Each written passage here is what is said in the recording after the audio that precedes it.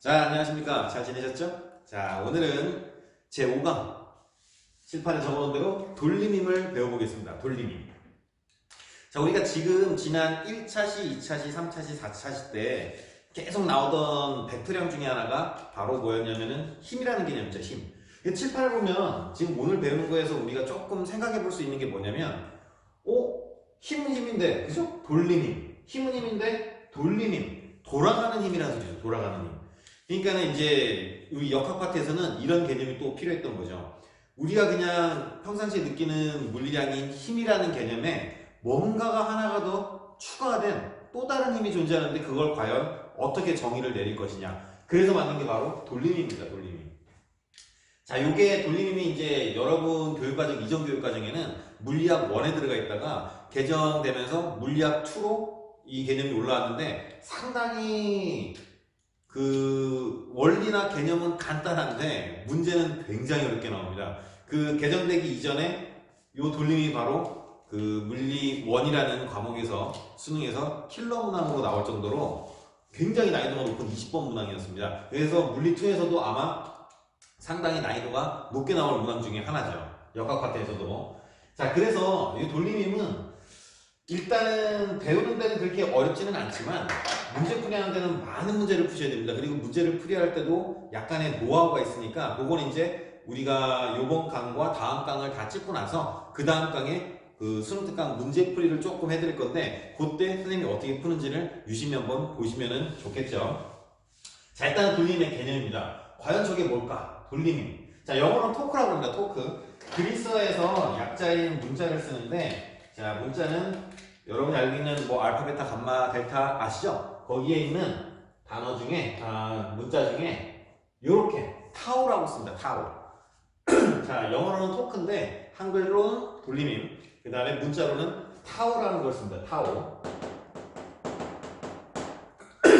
대학교에 가시면은 엄청나게 많은 그리스어가 나오니까 이런 거는 많이 좀 눈여겨두시면 괜찮겠죠. 그리고 말이 나온 김에 한 가지 더 당부를 하자면 그 전차시에 제가 꼭 노트 필기를 하라 그랬죠. 여러분이 노트 필기를 꼭 하셔서 갖고 계시면 후에 대학에 가신 다음에 많은 도움이 되실 겁니다. 대학교 1학년이 되시면은 거의 여러분은 이공계 계통으로 가실 거기 때문에 대학교에서 배울 일반 물리학이라는 또는 대학 물리학이라는 그 책에 물리2하고 그 대학 물리학하고 싱크로율이 거의 100%입니다. 그 100%란 말은 배웠던 걸 또 배운다는 개념이 아니고 좀 더 심도 있게 이제 확장시켜서 다루되 내용 범위는 거의 대학 물리학이 물리학 2를 다 잡아먹고 있기 때문에 물리학 2를 대학 물리학에서 엄청나게 많이 써먹게 됩니다. 그러니까 꼭 노트 필기를 하시고 자, 우리가 살아가면서 이런 경험을 많이 하죠. 자, 그 수능특강 책에도 있지만은 여러분이 조금 빨리 와닿을 수 있는 건 이런 거죠. 친구하고 팔씨름을 합니다. 팔씨름. 팔씨름을 하는데 친구랑 손을 잡고 하면은 비등비등한데 팔목을 잡아주면은 팔목 잡아준 사람이 많이 불리하죠. 그런 원리들이 바로 이 돌림힘으로 해석을 할 수 있는데 조금 더 친숙한 개념을 가자면 여러분이 잘 알 수 있는 건 이런 거죠. 자전거를 탑니다. 자전거를 타는데 우리가 기어를 변속을 하죠. 그죠? 기어를 변속을 하는 이유가 잘 보면은 많이 봤겠지만 저단기어였다가 고단기어로 갈수록 이 반지름이 점점 증가하는 기어 변속으로 바뀌죠. 그리고 또 어떤 예가 있냐면 그 문 손잡이를 돌릴 때 친구들이랑 막 교실이나 집에서 이렇게 막 장난치다가 문 손잡이가 이렇게 쏙 빠져버리면은 그 동그란 원통만 남아있죠. 그러면 돌리기가 굉장히 힘들죠. 근데 이 바깥 원통, 반지름이 큰 원통하고 이렇게 작은 원통이 있죠. 목 부분이 있고 우리가 손잡이로 잡는 부분이 있는데 이 손잡이로 잡는 부분이 빠지면 문을 돌리기가 어렵지만 이 손잡이가 있으면 물 돌리기가 쉽죠. 같은 예로 저런 것도 있죠. 우리 드라이버. 십자 드라이버, 일자 드라이버 이렇게 뺐다 뺐다 할 수 있죠. 그래서 손으로 잡는 부분이 있고 쇠 부분이 있는데 이 손으로 잡는 부분이 빠져버리면은 나사를 풀기가 굉장히 힘듭니다. 힘을 많이 가야 되죠. 근데 손잡이가 있으면은 힘이 덜 가해져서도 풀리죠. 그리고 뭐 또 다른 예로는 그 일반 승용차하고 버스나 트럭에 있는 그 손잡이 있죠. 운전대 핸들의 크기를 보시면은 차종이 작을수록 핸들 사이즈가 작습니다. 일반 승용차, 우리가 다 알고 있는 일반 승용차는 작은데 버스를 탈 때나 트럭을 한번 보시면은 핸들이 이만하죠. 훨씬 더 큽니다. 그 이유가 바로 뭐냐면은 반지름이 제각각 다 달라지죠.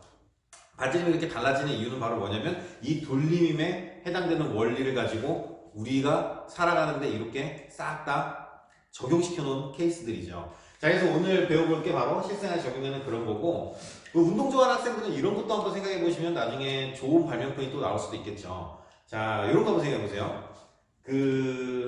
요걸로 하기엔 좀 그렇지만 지금 마땅한 도구가 없으니까. 자, 얘가 아령이라고 칩시다. 아령. 특허가 나와 있는 제품도 몇 개 선생님 본 적도 있는데, 얘가 아령인데 예를 들어 10kg입니다. 10kg. 자, 그러면은 이두박근을 위해서 운동을 합니다. 그죠? 자, 얘도 이제 여기 근육 이름 잘 모르겠지만 여러분은 잘 알죠? 이렇게 돌리는 운동도 할 수 있겠죠. 근데 이렇게 한번 생각해 보세요. 똑같은 10kg인데 안테나처럼 옆으로 뽑을 수 있습니다. 이렇게 착착착착, 이렇게 착착착착 뽑을 수 있다면 얘를 뽑든 안 뽑든 얘 중력은 10kg 중으로, 즉 거의 100N으로 일정할 건데, 이 안테나를 뽑지 않았을 때, 얘 길이가 아직 길지 않았을 때 얘를 돌리면은 어느 정도 돌릴 수 있겠죠. 근데 얘를 뽑으면 뽑을수록 이 길이가 길어지면 길어질수록 돌리기가 굉장히 힘들죠. 또 다른 예로 이렇게 긴 막대기가 있습니다. 긴 막대기. 긴 막대기에 끝을 잡고 수직으로 이렇게 들어 올리려면 굉장히 힘이 많이 들어가죠.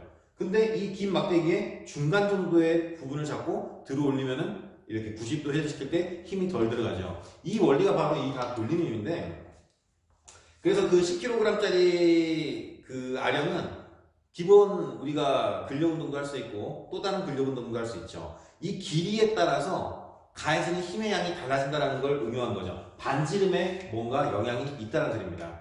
자, 그럼 그 예로 이 돌림힘의 식을 한번 그냥 바로 적어보도록 할게요. 원래는 여러분 이제 내년에 대학 가시면은 돌림힘은 그 가공동량 보존이라는 개념을 통해서 이 돌림힘을 유도하게 되는데, 아직 고등학교 교과에서는 다루기는 조금 힘들고, 여러분이 알고 있는 개념으로 접근하자면 저런 개념이죠. 운동량은 물리학 원에서 배웠으니까 운동량을 시간에 관해서 미분하면, 자, 잠깐 그 얘기를 한번 해보겠습니다. 우리는 지금 뭐 성적보다는 일단 물리학에 한번 빠져봐야 되니까, 여러분이 알고 있는 대수학적으로 그냥 표현해 볼게요. 운동량이 P입니다. P. P는 저번 시간에도 했듯이 질량 곱하기 속력이죠. 자, 그러면은 단위 시간당 운동량의, 다시 시간의 변화율로 운동량의 변화율을 나누면, 보통 우리가 이게 미분한다라고 표현하죠. 극한을 취하면은 dt분의 dp입니다. 그죠? 그러면 얘를 잠깐 쓰면 이렇게 쓸 수 있겠죠. 네, 여러분이 조금 이해할 수 있게 델타 t분의 델타 mv. 괜찮죠? 자, 그러면은 질량은 시간에 관해서 무관한 양이니까 미분하는 양이 아니죠. 시간이 아무리 가도 질량은 변화가 되지 않으니까 바깥으로 빼고, 그럼 남는 거는 델타 t분의 델타 v인데, 자, 얘가 뭡니까? 단위 시간의 변화율로 속도의 변화율로 나눈다. 다시 말해서 여러분이 알고 있는 가속도의 개념이죠. 속력의 변화를 시간의 변화율로 나눈다. 우리가 흔히 단위 시간당 속도 변화량 해갖고 불렀던 유형인데, MA죠, MA. 바로 뭡니까? 힘이죠, 힘. 그러니까 지금 선생님이 얘기하고자 하는 건 뭐냐면, 운동량을 시간에 관해서 어떻게 미분을 하니까 R자임이 나옵니다. R자임, MA. 그죠? 힘이라는 개념이 나오는데, 마찬가지로 지금 우리가 회전에 대한 운동을 배울 거기 때문에 회전을 할 때도 운동량이 있습니다. 그걸 우리는 각 운동량이라고 하는데, 그 각 운동량으로부터 나중에 우리 케플러 법칙도 유도하게 되고, 그 다음에 원운동도 나중에 각 운동량의 개념이 다 포함되어 있고 하는데, 지금 말씀드리고 싶은 거는 운동량과 힘과는 연관성이 있다는 거죠. 어떠한 시간에 관해서 미분한 값으로. 마찬가지로 회전할 때 나타나는 운동량인 각 운동량에 의해서 어떠한 변화율을 취하면은 힘이 나오겠죠. 그 힘을 우리는 돌림힘이라고 합니다. 돌림힘. 일단 개념은 이래요. 여러분이 처음 접하니까는 조금 초기 설명을 많이 했는데, 자, 이제부터 본 내용에 대해서 한번 시작해 보겠습니다. 내용은 굉장히 간단합니다. 자, 아까 그 막대기로 넘어갑니다. 막대기. 1kg의 막대기가 있습니다. 질량이 1kg인 막대기가 있는데, 그럼 중력은 10N 정도가 되겠죠. 자, 이 긴 막대기가 있는데 여기를 잡고 들어 올릴 겁니다. 최소한 내가 이 막대기를 이렇게 들어 올려서 회전을 하려면 힘을 가해야 되는데, 이 막대의 무게가, 이 막대에 기본적으로 가해지는 무게가 중력이 크면 클수록 회전시키기는 힘들겠죠. 일단 첫 번째 개념이 나왔습니다. 유도하면 참 좋지만 유도가 안 되니까는 개념으로 접근해 보세요. 훨씬 더 쉬우니까. 이 막대에 가해지는 어떠한 힘, 지구가 작용하든 누가 작용하든 간에 이 막대에 일단 가해지는 기본 힘, 지금으로 친다면 중력이 클수록 이 막대가 무거울수록 회전시키기가 힘들죠.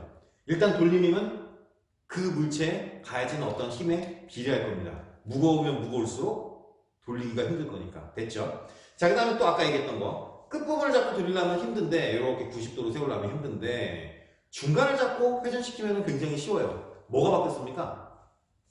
회전하는 반지름이 처음에는 끝부분을 잡으면 이렇게 크게 회전하다가 중간을 잡으면 요만큼이 여기서는 이렇게 내려가고 이렇게 회전하겠죠? 중간을 돌렸으니까. 이해 가나요? 다시 말해서 회전 반지름이 짧아질수록 돌림힘이 작용이 작아져갖고 금방 돌아가죠.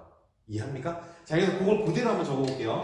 자, 돌림힘은 이니셜 타우로 쓰기로 했으니까는 자, 그대로 쓰면은 결론부터 나옵니다. 식이 굉장히 간단해요. 문제는 엄청나게 어려운데. 자, 돌림힘 토크 타우는 방금 말씀드린 그대로 그 물체에 기본적으로 가해진 힘 F에 비례를 할 거고, 그죠? F에 비례를 할 거고, 그 다음에 회전 반지름이 클수록, 길면 길수록 돌리기가 힘들어지죠. 다시 말해서 돌림힘이 그만큼 커져버렸기 때문에 작으면 작아지고, 그래서 회전 반지름에 비례를 하겠죠. 그래서 돌림힘 토크 타워는 회전 반지름 R에 비례하고, 그 다음에 그 물체에 가해진 힘에 비례한다는 겁니다. 이해 가나요? 조금 더 대학적인 부가적인 설명을 한다면, 자, 얘는 힘이니까는 벡터량이겠죠. 근데 여기서 잘 보시면은 이제 보통 이렇게 곱하기면은 그냥 안 써버리면 RF라고 하면 되는데 굳이 여기는 곱하기라고 이제 쓰는 게 뭐냐면 대학교를 가시면은 외적이라는 걸 배우시게 됩니다. 외적.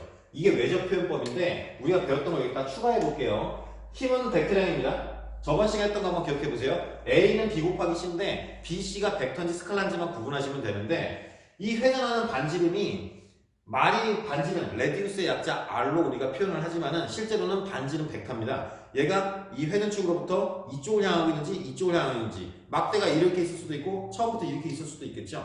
아니면 이렇게 있을 수도 있고 이렇게 있을 수도 있죠. 만약에 이렇게 서 있으면 얘는 가만히 냅두면은 이렇게 이제 회전을 하려고 할 거고 만약에 이렇게 있었으면 이렇게 회전하려고 했죠. 그래서 반지름이 벡터 값입니다. 벡터 값.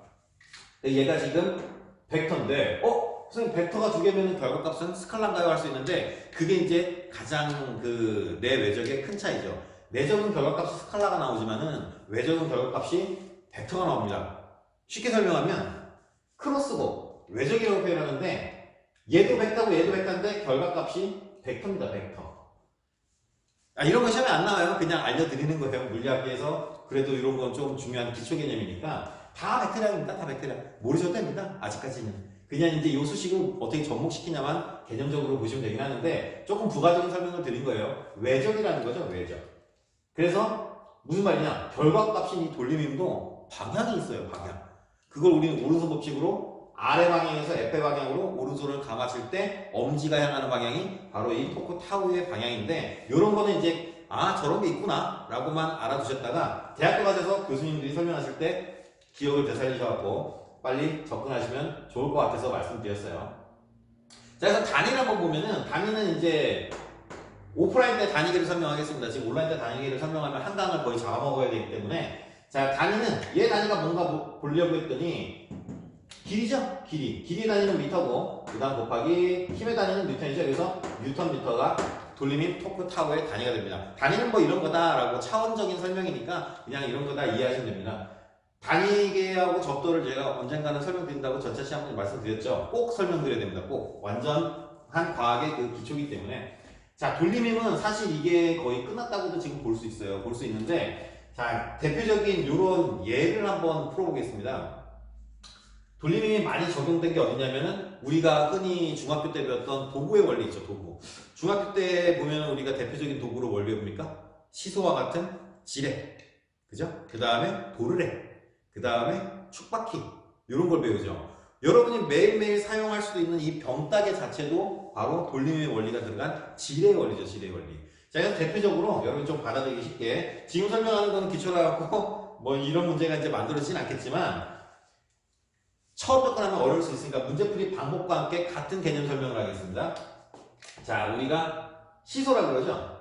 시소의 어원이 참 재밌었는데 시, 보다, 소, 봤다 뭐 이런 뜻인 것 같아요. 시소 뭐 우리가 이제 그렇게 표현하고 있는데 자 다음처럼 지뢰 원리입니다. 지뢰 원리 이렇게 자, 여기 받침대가 이렇게 있고, 자, 여기에 물체가 하나 올려져 있고, 여기에도 물체가 이렇게 하나가 올려져 있다고 하겠습니다. 자, 반지를 일부러 조금 다르게 그렸어요. 반지는 R값이 지금 다른데, 자, 받침대죠? 중학교 때 배웠던 개념을 보면은 받침점이라고 부릅니다. 그죠? 받침대가 받쳐주는 받침점. 그 다음에, 아니면 더 여러분이 접목하기 쉽게 가겠습니다. 접목하기 쉽게. 자, 지금 물체가 아닌데 들어 올릴 거예요. 여기 또 내를 지금 들어 올린 상태인데, 자, 내가 여기다 그럼 어떠한 힘을 줬겠죠?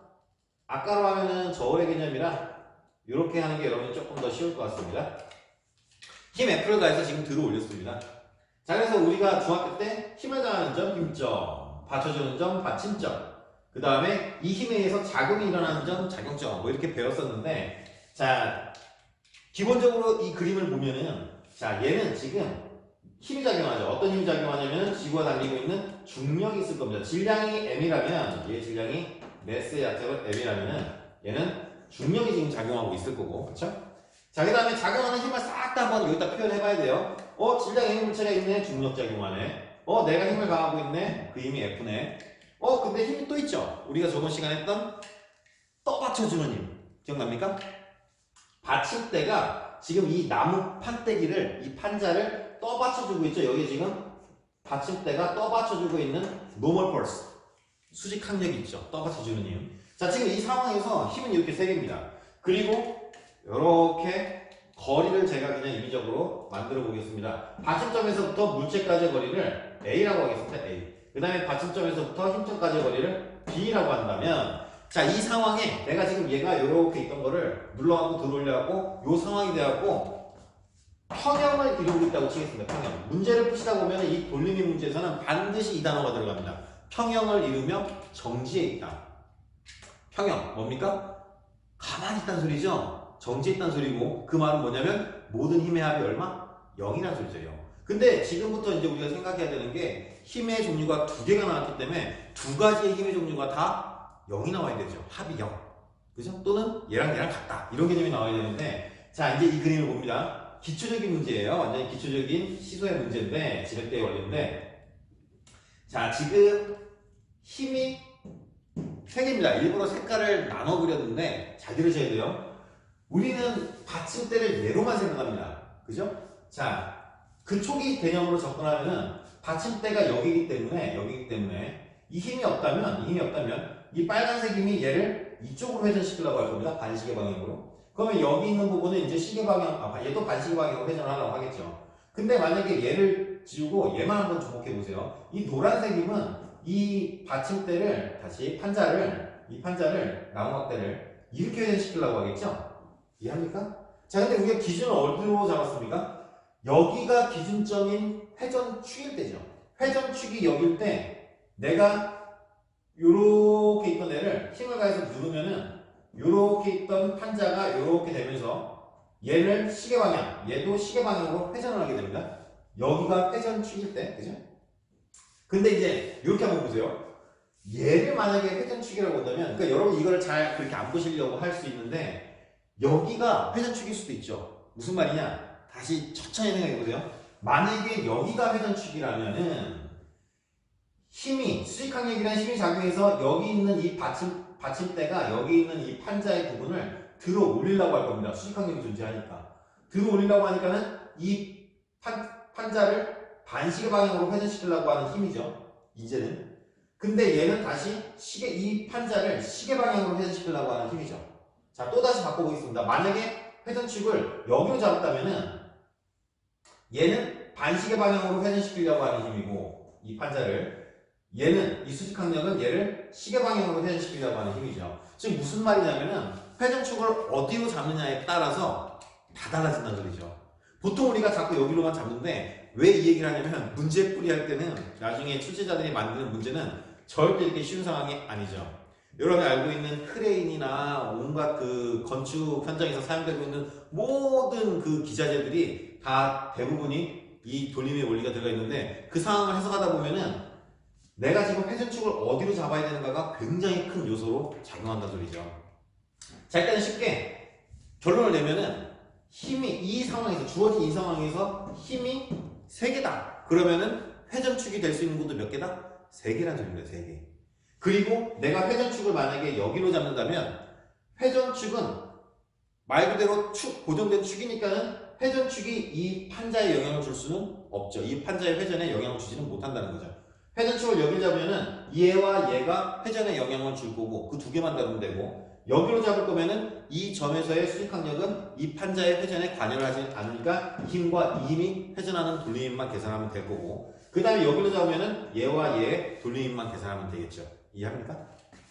자, 그래서 첫 번째가 바로 문제풀이 할 때 첫 번째가 뭐냐면은 회전축을 빨리 캐치를 해야 됩니다. 이 문제를 한번 풀려면 갈피를 못 잡으면은 10분이고 20분이고 걸렸는데도 답이 안 나올 수 있습니다. 근데 문제풀이를 여러 번 하고 익숙해지다 보면은 직관적으로 회전축을 저기를 잡으면, 예를 들어서 미지수야, 얘가 미지수. 근데 회전축을 여기로 잡아버리면은 회전에 관여를 안 하니까 이 미지수는 내가 찾을 필요가 없겠죠. 그런 거를 이제 문제풀이를 통해서 여러분이 빨리 적응을 하시면 되는데, 자, 일단 이 가장 기초적인 상황을 해석해 보면은 받침대가 여기 있으니까는 이 받침대가 떠받치는 힘이 존재하는 이 점을 회전축으로 한다면 빨간색은 반시계 방향으로, 노란색은 시계 방향으로 회전하려고 할 겁니다. 근데 평형을 이루고 있죠. 그래서 여기다가 쓰겠습니다. 이 단어가 딱 무조건 보일 건데, 이 단어가 보인다는 소리는 첫 번째로 문제풀이하고 개념하고 같이 설명하는 거예요. 첫 번째로 얘한테 가해지는 우리가 흔히 초등학교 때부터 배웠던 힘의 평형이 있다는 소리죠. 힘의 평형. 다 합치면 얼마? 0이라는 소리입니다. 0. 힘의 평형이라는 게 있고, 지금까지는 정지 있다고 하면은 이 개념을 계속 동원시켜갖고 문제를 풀었죠. 근데 지금부터는 평행이라는 단어가 나오면은 우리는 또 다른 힘을 배웠습니다. 그냥 힘도 배웠지만 돌림힘이라는 걸 배웠기 때문에 평행이라는 단어가 나오면은 돌림힘의 평형까지도 계산을 해야 된다는 소리겠죠. 그러면 방정식이 두 개가 나오겠죠. 그럼 두 개 방정식이면 뭘 합니까? 연립방정식으로 연립을 해서 우리가 답을 구해내겠죠. 자, 접목해 보겠습니다. 이 판자의 질량도 문제에서는 줍니다. 얼마라고. 근데 지금은 없다라고 하겠습니다. 자, 그러면은 자, 첫 번째 거 1번. 문제 풀 때 이제 여기다가 0번이라고 하겠습니다. 0번. 아까 말씀드렸던 거 여러분이 요약 정리 하셔야 되니까. 자, 회전축이라고 그랬죠? 회전축을 일단 결정을 해야 됩니다. 어디로 회전축을 잡을 것이냐. 잡았으면은 힘의 평형 계산하고 돌림의 평형 계산합니다. 자, 이제 우리는 회전축을 여기로 하기로 했으니까 여기로 하기로 했고, 자, 1번입니다. 힘의 평형. 힘의 평형. 여러분 알고 있는 거, 오른쪽으로 당기는 거하고 왼쪽으로 당기는 거하고 같아서 물체가 정지해 있다면 이 두 힘은 같다. 이걸 하라는 소리입니다. 물체가 정지해 있다는 소리는 얘한테 작용하는 중력과 얘가 어떠한 면이 얘를 떠받치는 수직항력이 같다는 거죠. X축의 힘의 평형, Y축의 힘의 평형. 자, 그림을 봅니다. X축으로 당기는 힘은 없죠. 왼쪽이나 오른쪽으로 당기는 힘은 없으니까 위아래 힘의 평형을 이루고 있다는 소리인데, 즉 굉장히 간단한 말이죠. 빨간 거하고 노란 게 아래로 향하고 있고 이 판자에 위로 향하고 있는 힘은 얘밖에 없습니다. 파란색. 그러니까는 첫 번째 힘의 평형에서 우리가 이끌어낼 수 있는 개념이 바로 뭐냐면은 위로 향하는 힘인 수직항력 N은 밑으로 향하고 있는 힘인 이 질량의 물체의 중력과 판자에 내가 누르고 있는 힘 F하고 같다는 거죠. 힘의 평형입니다. 힘의 평형. 아래로 향하는 거예요. 합은 위로 향하는 거예요. 합과 같다. 괜찮습니까? 자, 그 다음에 두 번째 돌림힘의 평형이죠. 돌림힘의 평형. 자, 이게 이제 조금 생소할 수 있어요. 요 식을 접목시켜보자라는 소리인데, 자, 회전축은 결정을 했고, 그러면 남은 힘은 두 개고, 얘는 반시계, 얘는 시계 방향으로 돌리려고 합니다. 자, 근데 돌림힘 토크 타워는 회전 반지름 곱하기 힘이니까, 자, 받침점을 중심으로 회전 반지름이 A고, 가해지는 힘은 mg죠. 그래서 RF라는 힘이 이렇게 돌리려고 하는 거고, 그 다음에 이 힘은 RF라는 힘, 즉 B 곱하기 F라는 힘이 이렇게 돌리려고 하는데, 하나는 이렇게 돌리려고 하고 하나는 이렇게 돌리려고 하니까는 어떻게 됩니까? 안 들어가고 그 힘이 같으니까는 정지해 있겠죠. 실제로 이제 방향까지 찾는 거는 대학교 가서 하셔야 되니까, 지금 내가 얘기하는 방향하고 이 돌림힘의 방향하고 돌리려고 하는 힘의 방향하고는 다른 거예요. 조금 어렵죠? 이 힘은 이렇게 돌리려고 한다는 거지 돌림힘은 아닙니다. 그죠? 돌리려고 한다는 거고, 얘는 이렇게 돌리려고 한다는 거고, 돌림힘의 진정한 방향은 외적으로 아까 오른손 법칙으로 그렇게 찾는 겁니다. 뭐 이제 건설미하고 그 얘기는 크게 중요한 건 아닌데, 여러분 이제 나중에 대학교 가셔서 조금 오개념이 계실까봐 그냥 높아심으로 말씀드린 거고, 자, 그거 그대로 갑니다.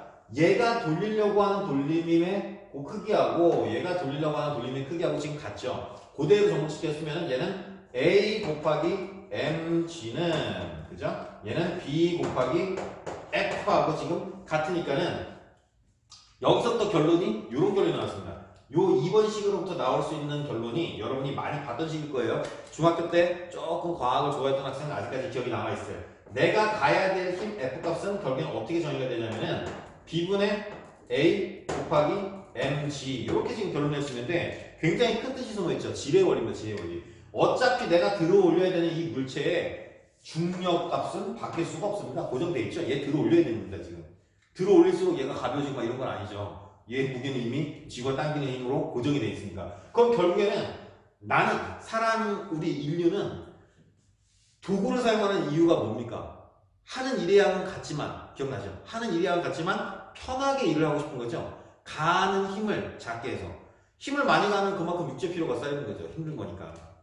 어차피 해야 될 일인데 좀 더 편하게 할 수는 없을까? 그 말은 내가 힘을 좀 적게 사용할 수 없을까? 그러면 내가 힘을 적게 사용할 수 없을까? 얘를 들어 올리고 싶은데 어차피 들어 올려야 될 애고. 그럼 결국에는 여기서 뭔가 조정이 일어나면 되죠. 즉 뭔가 눈치가 나오죠. A 값은 작고 B 값이 크면 됩니다. 그러면 F 값이 작아지죠. 지금 무슨 말이냐?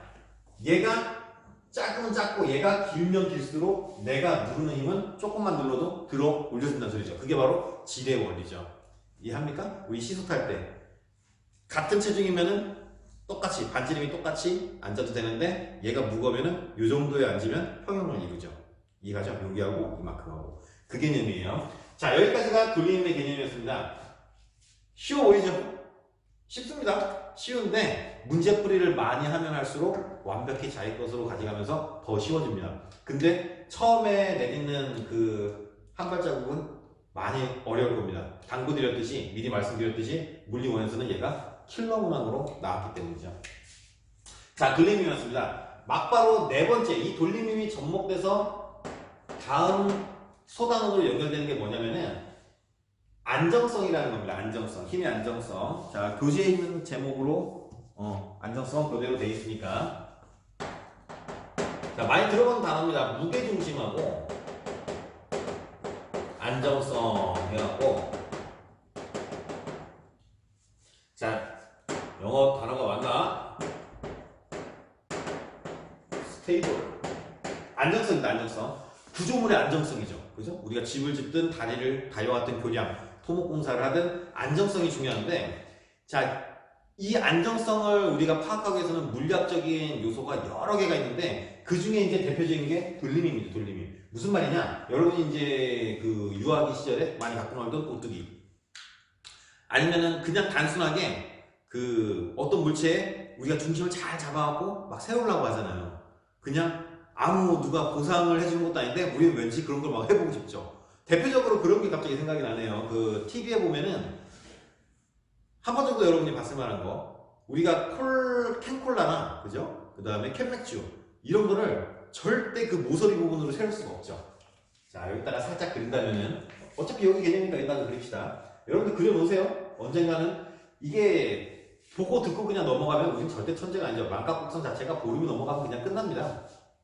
그래서 복습의 중요성이 있는 건데 한번 노트 필기를 해놓으면 언젠가 이 노트를 다시 한번 꺼내볼 때 여러분은 생각이 나겠죠. 자, 맥주든 캔맥주든 캔콜라든 이렇게 지금 TV에서 이렇게 세우는 사람들을 많이 봤죠. 그죠? 우리도 세우려고 많이 한번 노력을 해볼 거고. 근데 절대 세울 수가 없습니다. 근데 그 사람들 어떻게 세우냐면 한 다음에 벌컥벌컥벌컥벌컥 먹고 그 다음에 딱 놓으면은 서 있죠. 수많은 연습을 하고 그렇게 했겠죠. 자, 그게 바로 뭐냐면은 이 무게 중심과 안정성이라는 건데, 무게중심 많이 들어봤으니까 여러분이 금방 파악할 거예요. 다음같이 더 쉬운 이런 개념으로 갔다가 얘로 한번 넘어가 보겠습니다. 지금 이 무게중심과 안정성은 시험에 크게 나올 확률이 많이 없습니다. 왜냐면 수식이 있는 것도 아니고 나오면 굉장히 쉽기 때문에 뭐 이 개념을 안 배우고서라도 여러분이 그냥 가지고 계신 일반 교양으로도 풀 수가 있죠. 자, 대표적인 걸로 교재에 있는 그림으로 이런 걸로 한번 설명해 볼게요. 자, T자형 구조물이 하나 있다고 치겠습니다. 이렇게 T자형 구조물이 하나 있는데 얘 구조물의 그 무게중심 무게중심이 한 요 정도라고 하겠습니다. 요 노란색 점. 자, 이렇게 세우려면 가만히 서 있죠. T자 이렇게 여러분 T자 잘 세우잖아. 그죠? 가만히 이렇게 서 있을 수 있죠. 왜 서 있을 수 있나를 물리학자들이 이제 이해를 해보려고 원리들을 찾아내는 거죠. 내가 저번에도 말씀드렸다시피 내가 얘기하는 뉴턴이 정해놓은 이 법칙 때문에 자연은 흘러가는 게 아니에요. 자연은 늘 이런 규칙성을 가지고 흘러가니까 법칙화시켜서 미래를 예측할 수 있게 해놓는 거죠. 왜 얘는 안 쓰러질까를 생각하고 그럼 이렇게 규칙을 정하자. 다른 상황을 막 접목시켜 봅니다. 진짜 안 쓰러지네. 이걸 알아낸 거죠.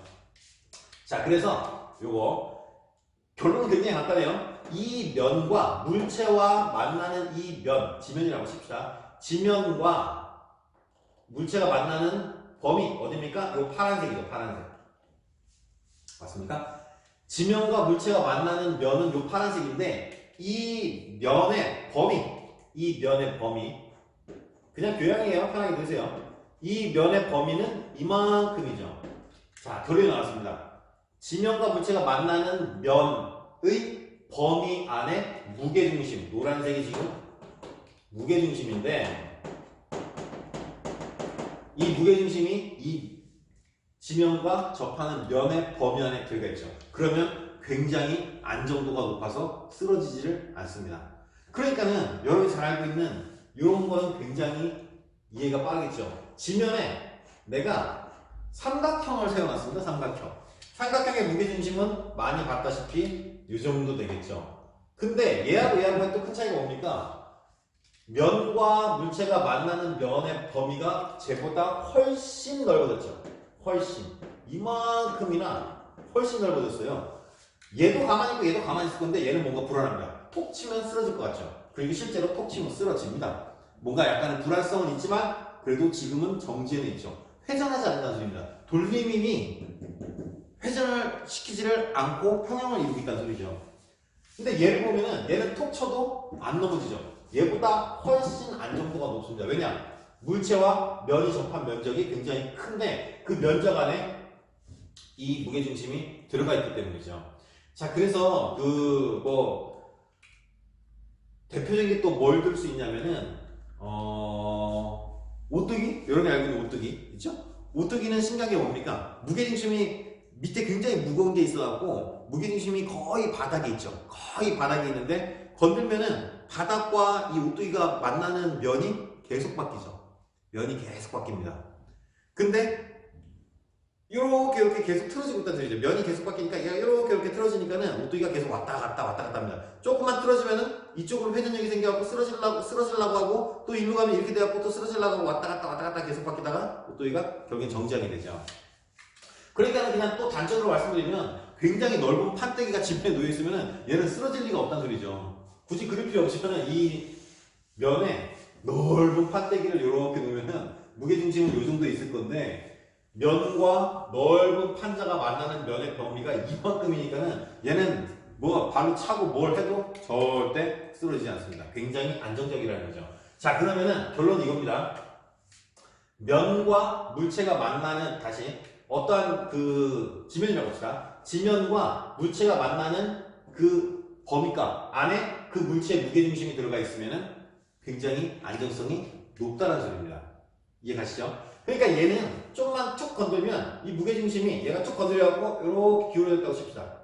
이렇게 T자로 기울어지면은 면은 지금 얘가 이렇게 기울어지면 내가 살짝 건드렸어요. 그러면은 이 지면과 이 물체가 만나는 면은 거의 점으로 바뀌어버리죠. 요 T자의 끝나는 부분이 여기로 닿는 면적은 더 작아지고 무게중심은 왼쪽으로 넘어갔죠. 그러면 범위값은 이렇게 줄었는데 무게중심이 그 안에 못 들어가고 여기가 있으니까는 그냥 쓰러져 버리는 거죠. 이해갑니까? 자, 그래서 맥주가 이제 다시 돌아보면은 맥주 개념이 이런 개념이에요. 맥주 안에 이제 술로 가서 좀 그러네요. 미안해요. 콜라로 합시다. 콜라. 실제로 TV에서는 이제 콜라로는 잘 안 되죠. 콜라는 이게 얇고 긴데 캔맥주는 이게 약간 뚱뚱하고 좀 짧죠. 그래서 훨씬 더 그게 세우기가 쉬운 건데, 자, 보면은 지금 음료가 꽉 차 있을 때는 무게중심이 원통의 중심인 여기겠죠. 그죠? 무게중심이 여기였는데, 그러면은 지면과 지금 이 캔이 닿는 면적은 여기고 범위값도 굉장히 조금 범위값밖에 안 됩니다. 근데 무게중심이 범위값 안에 못 들어오죠. 절대 못 세웁니다. 절대. 따지 않은 캔은 절대 세울 수가 없다는 소리죠. 이해합니까? 그런데 내가 얘를 먹죠. 캔을 따서 꺽꺽꺽꺽꺽꺽 먹어갖고 안에 남아있는 음료가 이만큼으로 확 줄었다고 치겠습니다. 남아있는 음료가 이만큼으로 줄면은 그 음료와 캔의 질량을 합한 무게중심이 또 다른 어딘가로 바뀔 건데 여기로 바뀐 거겠죠. 무게중심이 지금 저 노란색에서 지금 빨간색으로 음료를 먹으면 무게중심이 이렇게 변화를 일으킵니다. 그러면 요 캔의 지면과 만난 점, 범위값 안에 새로이 달라진 무게중심이 들어왔기 때문에 마시고 딱 대각선으로 세우면 지면 위에 이렇게 서 있는 거죠. 이해합니까? 근데 수많은 연습을 했겠죠. 이건 뭐 우리 일반인들은 뭐 하기 힘든 거고 우리가 하려면은 물 조금씩 따라보면서 수없이 연습을 해야 되는데, 자 어쨌든 무게중심의 안전성은 다음과 같은 이런 원리로 안정적으로 할 수 있다. 결론이 뭐냐? 물체와 닿는 면적이 범위값이 크면 클수록 안정화시킬 수 있다는 거죠. 자 일단 오늘은 이렇게 돌림임하고 안정성에 대해서 설명을 드렸고, 안정성은 편안한 개념으로 보시면 되고, 이 돌림임은 꼭 이해가 안 가시면 계속해서 강의를 반복하시면서 문제풀이 강의도 계속해서 반복해서 들으시면서 풀이에 대한 그 적응력을 굉장히 높이셔야 됩니다. 여러분 이번 지필평가가 이제 또 이 코로나 때문에 우리가 이렇게 온라인 강의도 시작하지만은 지필평가가 이제 뭐 두 번을 보게 될지 한 번을 보게 될지 이제 코로나 사태가 얼마큼 장기화되느냐에 따라서 바뀌겠지만은 이 문제는 적어도 지필평가에 최소 두 문제 이상은 나올, 그죠? 역학 파트에서 굉장히 중요한 부분이고, 한 문제만 내도 굉장히 어려운데 두 문제 정도 내면은 굉장히 큰 변별이 될 수 있는 문항 중에 한 개라는 소리죠. 뒤쪽에 여러분이 처음 배우시게 될 어려운 개념들이 몇 개가 더 있지만은 선생님이 생각하기에는 그 문제보다 이 문제가 훨씬 더 어렵게 접근될 확률이 높다라는 말입니다. 그러니까 조금 더 주의 깊게 한번 공부를 해보시고, 자 문제를 강의를 듣고 문제를 풀다가 잘 이해가 안 가거나 어려운 부분이 있으면은 그 온라인 클래스에 보면은 이렇게 글 남길 수 있는 공간이 있어요. 거기다가 남겨놓으시면 제가 그 밑에다가 댓글을 남겨드릴 테니까, 물리학에 너무 그렇게 제가 자꾸 거부는 드렸지만은 물리학에 너무 그렇게 두려움을 가지지 마시고 재밌게 접근하세요. 재밌게. 어차피 여러분은 이제 몇몇 학과를 빼놓고 거의 90개 학과의 90%의 학과에서 뗄래야 뗄 수가 없는 과목 중에 한 개죠. 이해가시죠? 자, 오늘은 여기까지입니다. 지금 강의를 찍다 보니까 그 온라인 클래스에 25분씩 잘라서 올리려고 했는데 그 업로드 시키는 환경도 약간 좀 어렵고, 그 다음에 그 여러분이 재생을 할 때도 좀 서버에 과부하 걸리는 문제가 있어서 그 유튜브 영상으로 링크를 거는 방법으로 바꿨어요. 그래갖고 좀 길게 찍어도 한꺼번에 올라가고 하니까는 앞으로는 강의를 50분으로 최대한 한 강의로 찍을 수 있도록 해보겠습니다. 그럼 여러분은 한 1.4배속, 1.6배속으로 들으시면은 조금 빨리 수강이 되지 않을까 싶습니다. 자, 다음 차시는 지금 첫 번째 교재상으로 첫 번째 소단원이 끝났기 때문에 다음 차시에는 1차 시에서 배웠던 벡터의 합성과 분해에 관련된 문제들, 그 다음에 오늘 배웠던 돌림임 문제들, 요 대표 문제들을 한 대여섯 문제 정도 풀어보도록 하겠습니다. 교재가 아직 없는 학생들은 그 조금 빨리 구입을 할 수 있으시면 좋고, 아직 구입이 안 된 학생들은 조금 그 강의를 수강만 먼저 해놓으셨다가 풀이는 나중에 다시 한번 돌려서 보셔도 좋고, 지금 선생님이 들어가 보진 않았는데 EBS의 올해 수능 특강 물리2의 PDF 파일을 링크가 그 업로드가 되어 있는지는 잘 모르겠어요. 한번 들어가 보시고 EBS 홈페이지에 EBSI 홈페이지에 그 물리학2 PDF 파일이 올라와 있으면은 컴퓨터 화면으로 한쪽에다 이렇게 띄워놓고 강의하고 같이 보셔도 괜찮겠죠. 근데 어지간하면 여러분이 이제 거기 있는 문제들은 제가 다 못 풀어드리니까 여러분이 다 한번 풀어보셔야 되니까는 꼭 교재를 한번 사셔갖고 풀어보시면 어떨까 싶습니다. 제가 집필했다고 하는 거 아니고 2는 제가 집필하지 않았으니까, 1을 제가 집필했으니까 2는 더 훌륭한 선생님들이 굉장히 좋은 양지대 문항을 만들어 오셨으니까는 꼭 한번 풀어보시고 의문점이 있으면 얘기해 주시기 바랍니다. 자, 오늘 강의는 여기까지였습니다. 고맙습니다.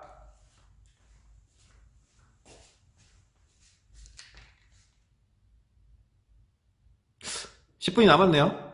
문제를 하나 풀까요? 아까워요. 직분이. 자, 즉흥적인 문제풀이입니다. 즉흥적인 문제풀이. 교재 10페이지에 2점 테스트에 2번 한번 풀어보겠습니다.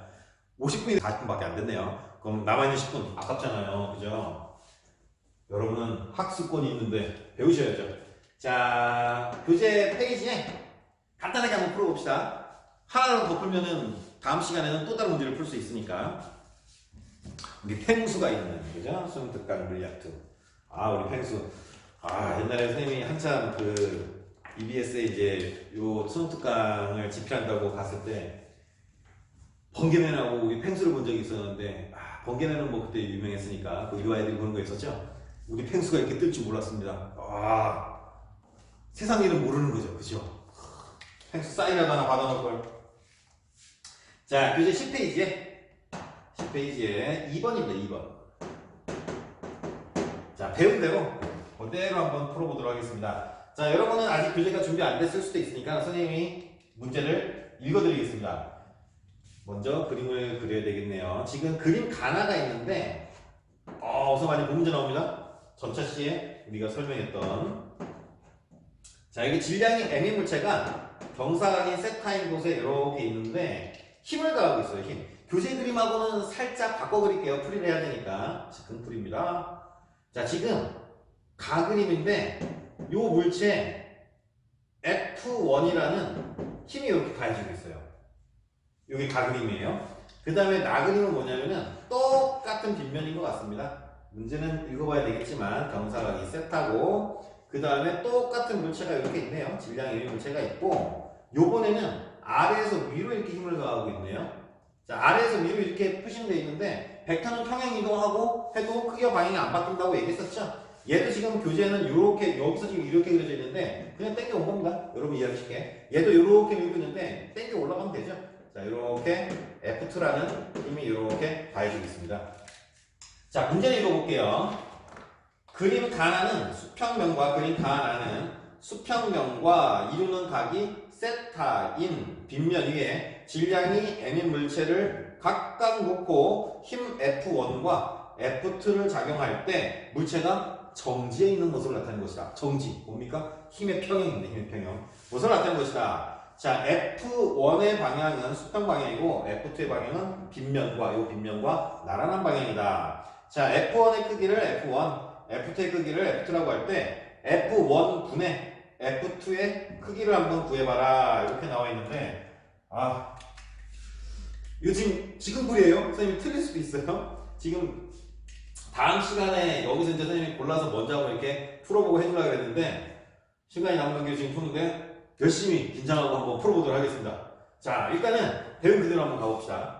문제는 F1분의 F2가 얼마냐 이건데 제가 가르쳐드린 그대로 일단 가해지는 힘을 싹 다 표현하면 되죠. 문제에서는 가해지는 힘을 얘밖에 안 준 겁니다 지금. 근데 우리가 알고 있는 건 몇 개가 더 있었죠. 질량의 m의 물체는 항상 아래쪽 방향으로 중력이라는 게 작용합니다. 됐죠? 두 개를 한번 동시에 봅시다. 그럼 좀 더 이해가 빠를 것 같아요. 가그림, 나그림. 자, 중력이 존재합니다. 질량이 있는 물체니까. 됐죠? 면 위에 있죠? 빗면이라는 면 위에 있으니까는 뭐가 존재합니까? 노멀 펄스. 그죠? 수직항력 n이 이렇게 존재할 겁니다. 얘도 수직항력 n이 존재할 거고. 수업 시간에 우리 할 때는 이 두 개만 힘밖에 없었는데 문제에서 힘을 하나 추가해갖고 정지시킨 거죠? 수업 시간에 제가 설명드렸어요. 이런 문제가 많이 나온다고. 그 다음 얘는 이렇게 밀어서 정지시켰고 얘는 이렇게 밀어서 정지시켰답니다. 그럼 대충 개념만 봐도 이 세 개 합치면 0이라는 소리죠. 세 개 힘 합치면 0인데 자, 뭐 교재 풀이 해석은 어떻게 하는지 모르겠는데 선생님 그냥 원리대로 한번 해석해 볼게요. 여러분한테 가르쳐드린 원리대로. 자, 중력을 우리가 분해를 했었죠. 중력을 분해했어요. 분해라니까는 요런 파란색 힘이 나왔고 그죠? 색깔은 몇 개 없으니까 그냥 하겠습니다. 중력을 분해하면은 이렇게 두 개의 힘이 나왔죠. 그래서 수업 시간 대로 다 설명할 수 없으니까 그냥 바꿔 할게요. 얘를 미끄러지는 힘이라고 했고 얘는 수직항력과 크기를 갖고 방향이 반대의 힘이라고 했었죠. 자, 이제 노란색은 볼 필요가 없어졌습니다. 그렇죠? 노란색은 볼 필요가 없어졌고 자, 배운 그대로 쓰자면 얘는 mg의 사인 세타였고 그죠? 얘는 mg의 코사인 세타였습니다. 수업 시간에 했던 게 이건데 문제 풀이는 여러분이 이제 응용을 하셔야 됩니다. 수업 시간에 배운 것만 가지고 그것만 가지고 하려고 하면은 거기서 물리학이 어렵게 느껴지기 시작하죠. 문제는 수업 시간에 배운 얘네를 물어보는 게 아니고 이 F1을 얘네를 이용해서 찾으라는 거죠.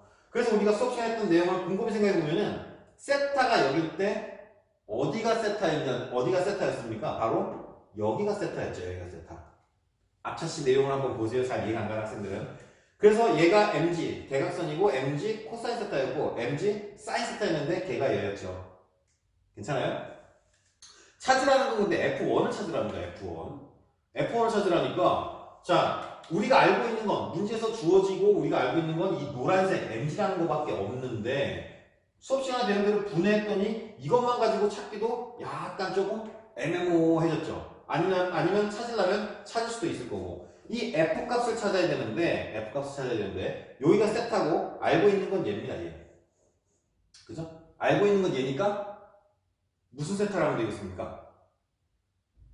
자, 한 방에 넘어갈 수 있으면 참 좋기는 한데 한 방에 넘어갈 수 있으면은 여러분이 한 방이 조금 될까 모르겠지만 탄젠트 세타를 적용하면 조금 더 빠를 것 같죠?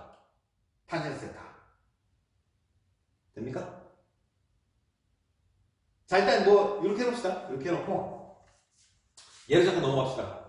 좀 더 쉽게 설명할 수 있는 방법을 머릿속으로 지금 선생님이 살짝 생각 중이에요. 딱 보면 그냥 바로 하면 나오긴 하는데 일단 비교해가면서 해보도록 하겠습니다. 자 얘도 한번 이제 생각해 봅시다. 얘도 해보면은 얘는 훨씬 조금 쉬워졌을 것 같아요. 일단 얘도 분해를 합니다. 이렇게 분해를 하면은 얘가 나왔고 mg에 사인 세타일 거고 그 다음에 얘도 이렇게 분해하면은 얘는 mg의 코사인 세타죠. 맞죠? 얘는 되게 쉬워졌죠. 자 노란색은 이제 사라졌고 완전히 십자가죠. 얘랑 갖고 얘랑 같은 소리죠. 그래서 F는 그냥 찾아보겠습니다. mg의 사인 세타 찾았습니다. 괜찮아요? 자 괜찮죠? 자 이제 얘만 해결하면 되는데 F1 요 빨간색이 얼마인지를 찾아야 되고 우리가 알고 있는 건 여기가 세타라는 거 그 다음에 요 노란색 길이가 mg라는 겁니다. 자 그러면은 여러분 이해하기 쉽게 그림을 조금 이렇게 밑에다가 새롭게 한번 그려볼게요. 자 지금 요 노란색이 하나 있죠. 노란색 얘가 mg입니다.